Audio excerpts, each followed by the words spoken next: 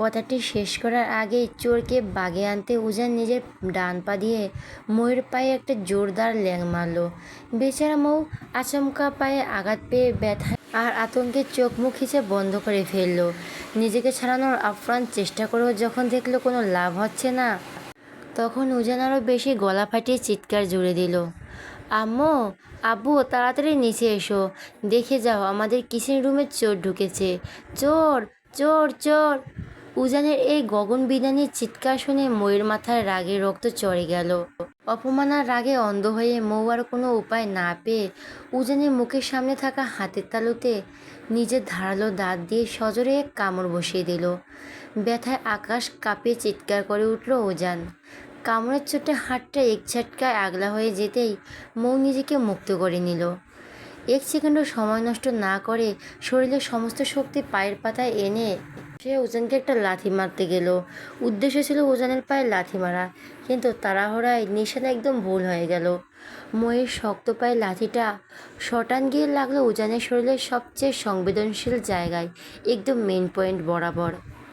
আমি চোর নয়, তোর বিয়ে করা বউ লাগি, বউ। হাঁপাতে হাঁপাতে চেঁচিয়ে উঠল মৌ। লাথিটা লাগার সঙ্গে সঙ্গে উজানের চোখ দুটো চড়কগাছ হয়ে গেল। মুহূর্তের মধ্যে তার মুখে সমস্ত রং উবে গেল। ব্যথায় পুরো শরীর কুঁকড়ে সোজা মেঝেতে হাঁটু গেড়ে বসে পড়ল সে। দু হাত দিয়ে জায়গাটা চেপে ধরে ব্যথায় তার কথা ফোটাই দায় হয়ে পড়েছে। এতক্ষণে মগজে আলো ঢুকলো তার। যাকে সে এতক্ষণ চোরের বাচ্চা চোর বলে উত্তমাদম দিচ্ছিল, সে অন্য কেউ নয়, সে বিকেলে ধুমধাম করে বিয়ে করে আনা তার অর্ধাঙ্গিনী। উজান ব্যথায় নীল হয়ে আহত ও করুণ কণ্ঠে মরণ আর্তনাদ করে উঠল, মাবুদ গো, এই মেয়ে আমার জীবনের লালবাতি জ্বালিয়ে দিল, আপন বউকে পাওয়ার আগেই আমার বংশ নির্বংশ করে দিল। এই খাচ্ছুনি মেয়েকে তোমার কাছে তুলে নাও। সঙ্গে সঙ্গে আবারও উজানের পায়ে সজোর আরেকটা লাথি বসালো মৌ। মাথা নিচু করে দু হাত কোমরে গুজে কর্কশ গলায় চেঁচিয়ে উঠল, গোলামের পুত্রের শখ দেখো, পীড়িত করে বাচ্চা কাচ্চা পয়দাই করতে পারলাম না, আর এই বুড়ো খবিশ বলছে আমাকে তুলে নিতে। তোকে তো। বলতে বলতে মৌ উজানের মুখের দিকে তাকিয়ে একদম স্তব্ধ হয়ে গেল।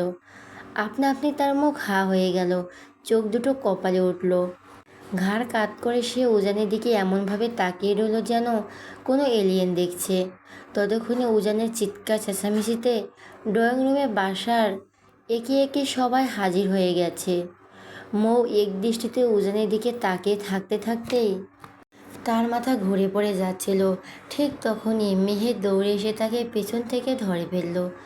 সবার সামনে নিজের ছেলেকে এমন অবস্থায় দেখে বাড়ির কর্তা আরিফুল চৌধুরী বাস খাই মেজাজে গর্জে উঠলেন, এই ছেলে, তোর লজ্জা শরম বলতে কিছু নেই? তোদের জন্য বাসর ঘর সুন্দর করে সাজিয়ে দেওয়া হলো, আর তুই সেখানে না থেকে মাঝরাতে চোর চোর বলে চিৎকার করে পুরো ড্রয়িং রুম মাথায় তুলেছিস। চেলাকাঠার বাড়ি ঘর খুব শখ হয়েছে তাই না? চুপচাপ বৌমাকে নিয়ে নিজের রুমে যা। বাবার কথা শুনে উজানের ব্যথায় ব্যথায় তাতে দাঁত পিষে গর্জে উঠল, আমার লজ্জা নেই না? তোমার ওই আদরের বৌমাকে একবার জিজ্ঞেস করো, ও এইমাত্র আমার সাথে কে কী করেছে। ওই পুচকে বিড়ালের মতো লজ্জার লও নেই, মুখের ভাষায় কি ছিঁড়ে, একটা আস্ত ইডিয়েট। আরিফুল চৌধুরী ছেলেকে থামিয়ে দিয়ে বলেন, তুই একদম চুপ কর, আমার বৌমা একেবারে লক্ষ্মী ও ভালোই আছে। তুই নিজে খারাপ, তোর 14 গোষ্ঠী খারাপ। বাবার মুখে নিজের বংশের বদনাম শুনে উজানের কপালে হাত দিয়ে বের করলো, লে হালুয়া, নিজের গোষ্ঠীকে খারাপ বলতে যা একটু দ্বিধা হয় না, অথচ এই বজ্জাত বৌমাকে কিচ্ছু বলা যাবে না। পৃথিবীর 1 নম্বর পক্ষপাতী শ্বশুর তুমিই হবে, ড্যাড। আরিফুল চৌধুরী কাচুমুচু হয়ে খানিকটা ভাব নিয়ে বললেন, তা অবশ্য ঠিক, কিন্তু তোর চোর চোর বলে ওভাবে চিৎকার করছিলি কেন, আগে সেটা বল। ঠিক তখনই ইফাত পা টিপে টিপে উজানের কানের কাছে গিয়ে ফিসফিস করে বলল, দোস্ত, সব বুঝলাম, কিন্তু তুই বাসর ঘরে রোমান্স না করে মাঝরাতে এখানে এসে এভাবে টাইম ওয়েস্ট কেন করছিস? আমি তোর জায়গায় হলে তো এতক্ষণে তোকে চাচা বানানোর প্ল্যানিং কবেই শুরু করে দিতাম।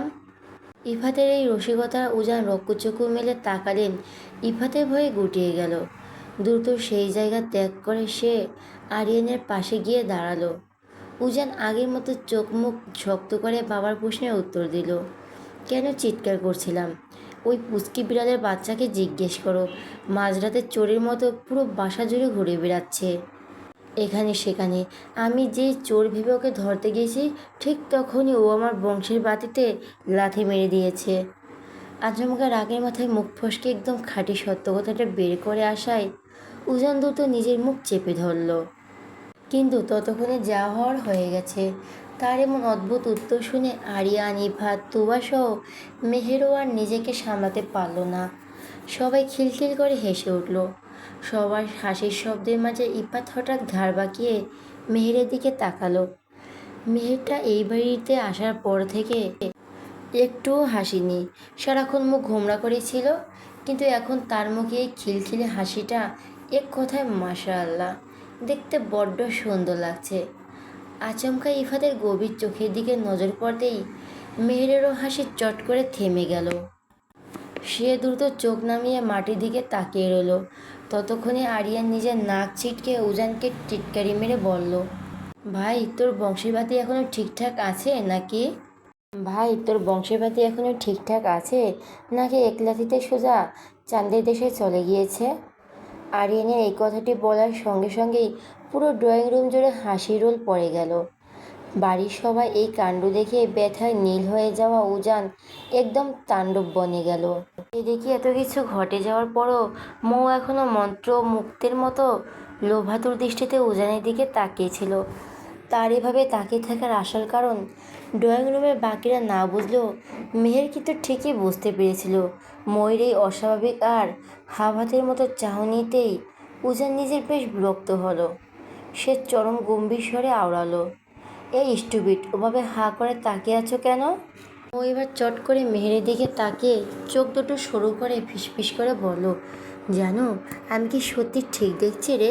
এই বুড়ো খবিস, ও সরি টমেটো, ধুর, এই প্রফেসর সাহেব আমার আসল বর। মেহের মনে মনে নিঃশব্দ হাসলো। এই পাগল মেয়েটার কথার ধরন এমন কেন? তার কারণ মেহেরের চেয়ে ভালো আর কেউ জানে না। সে ময়ের দিকে তাকিয়ে আলতো করে মাথা নাড়িয়ে হ্যাঁ বলতেই মৌখিসিতে একেবারে উৎফুল্ল হয়ে শূন্যে লাফিয়ে উঠল। জানো জানো জানো, আমার 275 নম্বর ক্রাশ এখন আমার নিজের বর। আব্বাজান শেষমেশ আমার এই ক্রাশটার সাথে আমার বিয়ে দিয়েছে। ইয়াহু, এখন তো আমার খুশিতে নাগিন রাজ দিতে ইচ্ছে করছে। এই বলে মৌ আরও কারো তোয়াক্কা না করে নিজের মনে গুনগুন করে গান গাইতে গাইতে ড্রয়িং রুমের মাঝখানেই কোমর দুলিয়ে নাচতে লাগলো। তার এই অভাবনীয় কাণ্ড দেখে বাড়ির সবাই চোখ চড়ক গাছ। বিস্ময়কর দৃষ্টিতে নতুন বইয়ের দিকে তাকিয়ে আছে। কেউ ঠিক করে ঘটনা বুঝে উঠতে পারছে না। পাত্র না দেখে এক প্রকার জেদ আর অভিমান করে উজানকে বিয়ে করতে রাজি হয়েছিল মৌ। তার বাবা বিয়ের আগে বারবার ছেলের ছবি দেখতে বললেও সে এর আগে দেখেনি। আর মেয়ের সবটা জেনে শুনে মৌকে একটা বিশাল সারপ্রাইজ দেওয়ার জন্য সত্যিটা গোপন রেখেছিল।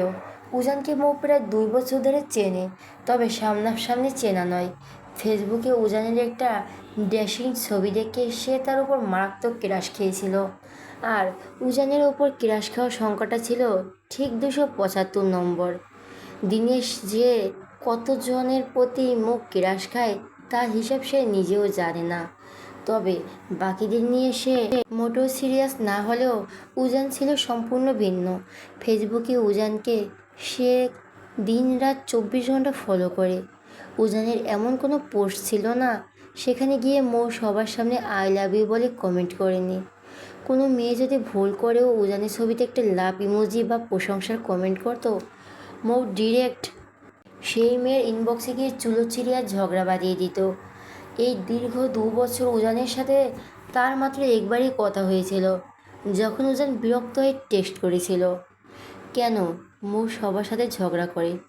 এরপর মৌ শত শত মেসেজ দিলেও উজান আর কোনো দিন তার সিন পর্যন্ত করেনি। মৌ এখনও মনে সুখে নেচেই চলেছে। মেহের তাকে টেনে ধরে থামানোর আপ্রাণ চেষ্টা করে ফিসফিসিয়ে বলল, মৌ প্লিজ এবার থাম বোন, সবাই হাঁ করে দেখছে তোকে। দেখুক তাতে আমার কি, ফাইনালি আমার 275 নম্বর ক্রাশকে পার্মানেন্টলি পেয়ে গিয়েছি, আজ আমি নাচবই। মৌ এতটা এক্সাইটেড যে পাশে দাঁড়িয়ে থাকা আরিফুল চৌধুরী ওরূপে নিজের শ্বশুরের হাতটাই খপ করে ধরে গোল হয়ে নাচতে শুরু করলো এবং সাথে তাল মিলিয়ে গাইতে লাগলো। ধুম্মা চলে উজানের নারী খেতার তলে, মুলা খাইয়া বোম মারে, লাল্লা লাল্লা লা। নতুন বইয়ের মুখে এমন অখাদ্য আর অদ্ভুত মার্কার গান শুনে উজান হার্ট অ্যাটাক হওয়ার দশা। সে নিজের বাবা মায়ের দিকে চরম কটমট দৃষ্টিতে তাকিয়ে রইল। উজান বরাবরই খুব গম্ভীর আর কম কথা বলার মানুষ, অথচ এই আজব বিয়ের চক্করে পড়ে আজ এক রাতে তাকে জীবনের সবচেয়ে বেশি কথা বলতে হয়েছে।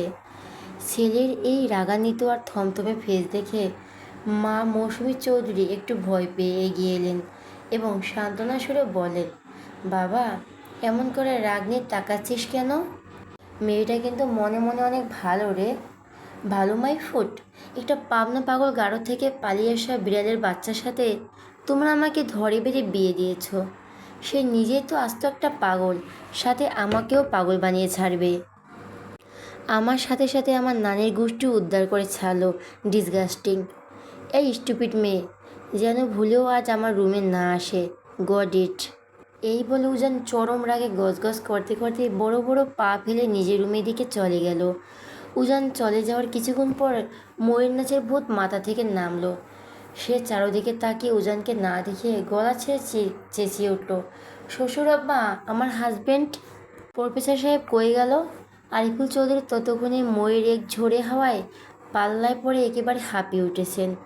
তিনি ধপাস করে সোফায় বসে পড়ে নিজের কপাল মুছতে লাগলেন। মৌ এবার সোজা শাশুড়ি মৌসুমী চৌধুরীর সামনে গিয়ে দাঁড়িয়ে কোমর বাঁকিয়ে বলো, এই শাশুড়ি মা, আমার বরটা হুট করে কই পালালো? মেহের এবার আর সহ্য করতে পারল না। এক প্রকার জোর করে টেনে মৌকে আড়ালে নিয়ে গেল। দাঁতের দাঁত চেপে কণ্ঠস্বর যতটা সম্ভব নিচু করে ধমকে সুরে বলো, বোন, তুই এসব কি বলছিস? মাথা ঠিক আছে তোর? এটা আমাদের বা ফুপিদের বাসা নয়, এটা তোর শ্বশুরবাড়ি। প্লিজ তোর এই বাচ্চামো এবার বন্ধ কর। আমি বুঝতে পারছি তুই তোর ক্রাশকে বর হিসাবে পেয়ে কতটা হ্যাপি, কিন্তু তোর এই অদ্ভুত কাণ্ড কারখানা দেখে বাড়ির সবাই তোকে অলরেডি পাগল ভাবতে শুরু করেছে। আর এত বড় করতে হবে না। সে নিজের রুমে গেছে, এখন তুইও সোজা নিজের রুমে গিয়ে চুপচাপ ঘুমিয়ে পড়, আর একটা কথাও যেন তোর মুখ থেকে না বের হয়। মেহেরের এমন বাগা আর রাগী দৃষ্টি দেখে ময়ূর এবার কিছুটা দমে গেল। সে নিজের ঠোঁট কামড়ে একটা কিউট, তারপর ভারী বেনারসি শাড়িটা দু হাতে আলতো করে উঁচু করে ধরে সিঁড়ি বেয়ে উপরে উঠতে উঠতে পেছনে ফিরে চেঁচিয়ে বলল, শাশুড়ি আম্মা, মেনি মেনি থ্যাঙ্কস আপনার এই ড্যাশিং হ্যান্ডসাম ছেলেকে আমার কপালে জুটিয়ে দেওয়ার জন্য। কাল সকালে আমার আব্বাজানকে ফোন দিয়ে একটু বলে দিন তার মেয়ে এই বিয়েতে বেজায় খুশি হয়েছে। আব্বাজানকে মন থেকে একরাশ আই লাভ ইউ। আর এক মুহূর্ত সেখানে দেরি করল না মৌ। বরের রুমে যাওয়ার জন্য শাড়ি সামলে এক দৌড়ে সিঁড়ি বেয়ে উপরে চলে গেল। এদিকে ড্রয়িং রুমে বাকিরা সবাই হা হয়ে সেদিকে তাকিয়ে রইল। রুমে ঢুকে আচমকা থমকে গেল মৌ। পুরো চারদিক চোখ বুলিয়ে দেখল উজান রুমে নেই। মুহূর্তের মধ্যে ময়ূর মুখটা শুকিয়ে চুন হয়ে গেল। সে ভাবল ড্রয়িং রুমের এই তুলকালাম কাণ্ডর পর রাগ করে উজান হয়তো আবারও রুমে ছেড়ে অন্য কোথাও চলে গিয়েছে। যেহেতু এই বিশাল রাজপ্রাসাদের সম্মিলিত বাড়ির কোনো কিছুই তার চেনা নয়, তাই সে আর একা একা রুম থেকে বের হওয়ার সাহস পেল না।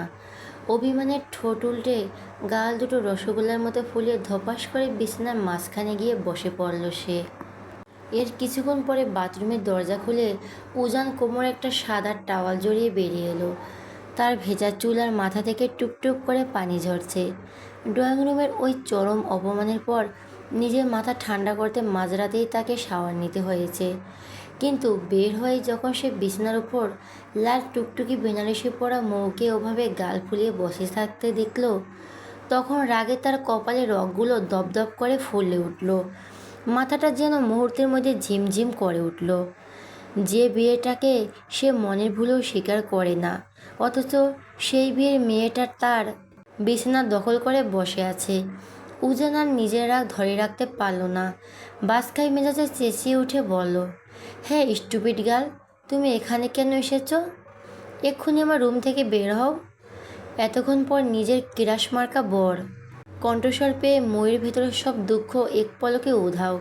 খুশিতে একবার গদগদ হয়ে সে বিছানা থেকে লাফিয়ে নেমে সোজা উজানের সামনে গিয়ে দাঁড়ালো। এমনিতেই মৌকে দেখে উজানের পিত্তি জ্বলে যাচ্ছিল। তার উপর মেয়েটা এখন এক হাত দূরত্বে সমান এসে দাঁড়িয়ে ড্যাব ড্যাব করে তার দিকে তাকিয়ে আছে। উজান আবারও সিংহের মতো ধমকে উঠল। স্টুপিড গার্ল, কথা বলছে না কেন? হোয়ার আর ইউ সাইলেন্ট? মৌ সেদিকে পাত্তা দিল না।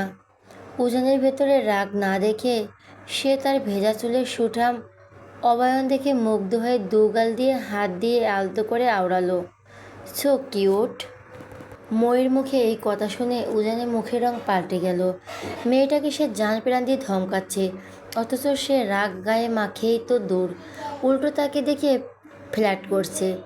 এই অবাধ্য মেয়ের সাথে কথা বলে বৃথা।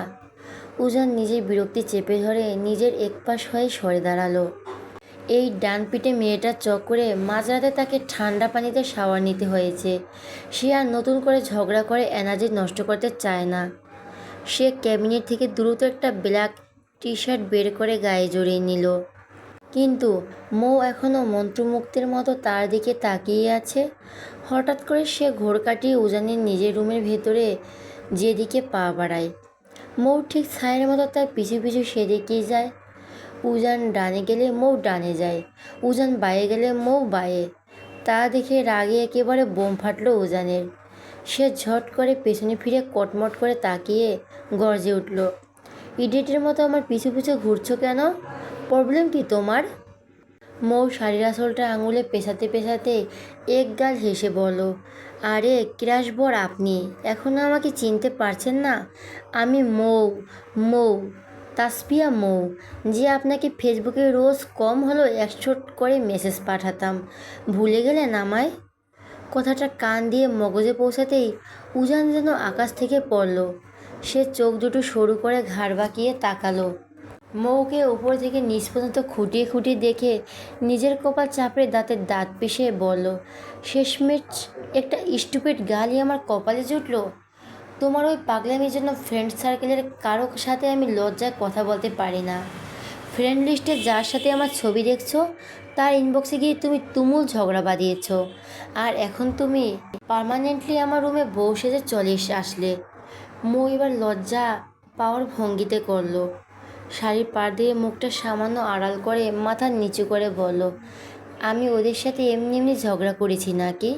ওই ডাইনিগুলো কেন আপনাকে কমেন্টে আর ইনবক্সে ওভাবে লাভ ইমোজি দেবে? আমার ক্রাশের দিকে অন্য কেউ তাকাবে এটা আমি বেঁচে থাকতে হতে দেব না। ময়ের লজিক শুনে উজান নিজের চুলে মুঠি টেনে চিৎকার করে বলল, জাস্ট শাট আপ। ব্যাস, বরের ধমক শুনে মৌ লক্ষ্মীমের মতো চট করে নিজের ঠোঁটের উপর আঙুল দিয়ে মুখ চেপে ফেলল। উজান নিজের মাথা চেপে ধরে একটু শান্তির খোঁজে ব্যালকনির দিকে গেল, কিন্তু কপাল খারাপ হলে যা হয় সেখানে গিয়েও বিপদ তার পিছু ছাড়ল না। মৌ ঠিক ছায়ার মতো সেখানেও তার পেছনে এসে হাজির হলো। উজান এবার চরম গম্ভীর স্বরে দুহাত বুকের কাছে গুটিয়ে আওড়ায়, where are you following me again? ময়ের মুখে আঙুল রেখে চোখ দুটো বড় বড় করে বলল, আপনি কত সুন্দর। উজান রাগে ফুঁসতে ফুঁসতে গর্জন তুলো, এক থাপ্পড় দিয়ে তোমার সব কটা দাঁত ভেঙে দেব। বয়স কত তোমার? হ্যাঁ, কোন ক্লাসে পড়ো? মৌ নিজের বুক টান টান করে বেশ দেমাকের সাথে উত্তর দিল, আমার বয়স 17, ইন্টার ফার্স্ট ইয়ারে পড়ি। উজানের চোখ জোড়া এবার কপালে উঠল। সে তাচ্ছিল্যের সুরে বলল, পুচকি একটা মেয়ে? মৌ নিজের কোমরে 2 হাত দিয়ে ধরে মুখটা বেঁকে তেজ দেখে প্রতিধ্বনিত করে, আমি মোটেও পুচকি নই, আমি অনেক বড় হয়েছি। উজান সরু চোখে তাকিয়ে জিজ্ঞেস করলো, তা দেখেই বুঝতে পারছি। কোন গ্রুপ নিয়েছো? মৌ খানিকটা ভান নিয়ে উত্তর দিল, এটা আমার কেউ জিজ্ঞেস করে নাকি? আমি খুবই ইন্টেলিজেন্ট স্টুডেন্ট, তাই সায়েন্স নিয়েছি। নিউটনের প্রথম সূত্রটা বলো। মৌ যেন আকাশ থেকে পড়লো। পড়াশোনায় সে বড় বড়ই ডাব্বা, তবুও সে সায়েন্স ছাড়া কোনোটি নেবে না, তাই কলেজে গিয়েও সায়েন্সই নিয়েছে। সে পদার্থবিজ্ঞান কেন, শুধু বিজ্ঞান পড়তে গিয়েও দাঁত ভেঙে যাওয়ার উপক্রম, আর এই লোকটা তাকে নিউটনের সূত্র ধরছে, ভাবা যায়? মৌ উপরে তাকিয়ে 2 হাত দিয়ে মোনাজাত ধরে বলতে লাগলো, মাবুদ তুমি আমাকে কোন জামিনের হাতে তুলে দিলে? বাসরাতে রোমান্স না করে কোন দেশের ইবলিশ শয়তানের সূত্র বলতে বলছে, এ থেকে তুমি আমায় তুলে নাও। উজান আড়ালে মুচকি হাসলো। মেয়েটার উপর সে চরম বিরক্ত হচ্ছে, আবার তার এমন পাগলাটে কথাবার্তায় না হেসেও পারছে না। ঠিক তখনই মৌ নিজের ঠোঁট টিপে ধরে ফিসফিসিয়ে হাসতে হাসতে আচমকাই বলে উঠল, আই লাভ ইউ প্রফেসর সাহেব। হুট করে এমন বান শুনে উজান খটখট করে কাঁদতে শুরু করলো। নিজের হ্যান্ডসাম লুক আর প্রফেশনাল কারণে জীবনে সে মেয়েদের কাছ থেকে অনেক প্রপোজাল পেয়েছে সত্যি, কিন্তু বাসর রাতে ওভাবে মুখের উপর হুটহাট কেউ প্রপোজ করতে পারে তা তার জানা ছিল না। তার উপরে পিচ্চি মেয়েটার বয়স তার থেকে প্রায় অর্ধেক। উজান ভাবল, এখন যদি সে একটু স্বাভাবিকভাবে কথা বলে তবে এই মেয়ের মাথায় উঠে নাচবে। তাই সে নিজের নাক ছিটকে চরম রাগান্বিত কণ্ঠে ধমকে উঠল, চুপ করো ইডিয়েট। নাক টিপলে যা দুধ বের হয় সে কিনা ভালোবাসি বলে। শোনো মেয়ে, পিচ্ছি পিচ্ছি মতো থাকবে, নয়তো বাসরাতে ম্যাথ করাবো। এতক্ষণ সব ঠিকঠাকই ছিল, কিন্তু এই গভীর রাতে রোমাঞ্চের বদলে হুট করে ম্যাথের কথা শুনে ময়ের মাথায় যেন আকাশ ভেঙে পড়ল। গণিতের নাম শুনলে তার গায়ে জ্বর আসে। সে দ্রুত নিজের সব কটার দাঁত কেলিয়ে একটু কাঁচুমাচু হাসি দিয়ে বলল, এই না না, আমি তো জাস্ট এমনি ইয়ার্কি করছি। ম্যাথ করতে যাবো কোন দুঃখে। তবে মৌ নিজের কথা শেষ করার আগেই উজান গটগট করে পা ফেলে সোজা রুমের ভিতরে চলে গেল। মৌ বাইরে দাঁড়িয়ে মুখটা বাঁকিয়ে নিজের মনে বিড়বিড় করে উঠল, খবিস একটা, শেয়ালের সামনে আস্ত একটা মুরগি ঘুরঘুর করছে, অথচ তার চোখে পড়ছেই না। যেদিন নিজে পিরিত করতে আমার পেছনে ঘুরঘুর করবে সেদিন তোকে লাথি মেরে সোজা উগান্ডায় পাঠিয়ে দেব। হ্যাঁ। উজানের পিছু পিছু ময়ূর রুমে ঢুকলো। সে এবার উজানের সামনে গিয়ে ভাব নিয়ে দাঁড়িয়ে রইল, কিন্তু উজান তার দিকে এক পলক তাকানোর প্রয়োজন মনে করল না। সে বেড থেকে নিজের একটা বালিশ টেনে নিল, তারপর ময়ের পাশ কাটিয়ে সোজা গিয়ে কোনার সোফাটা ধপাস করে শুয়ে পড়ল।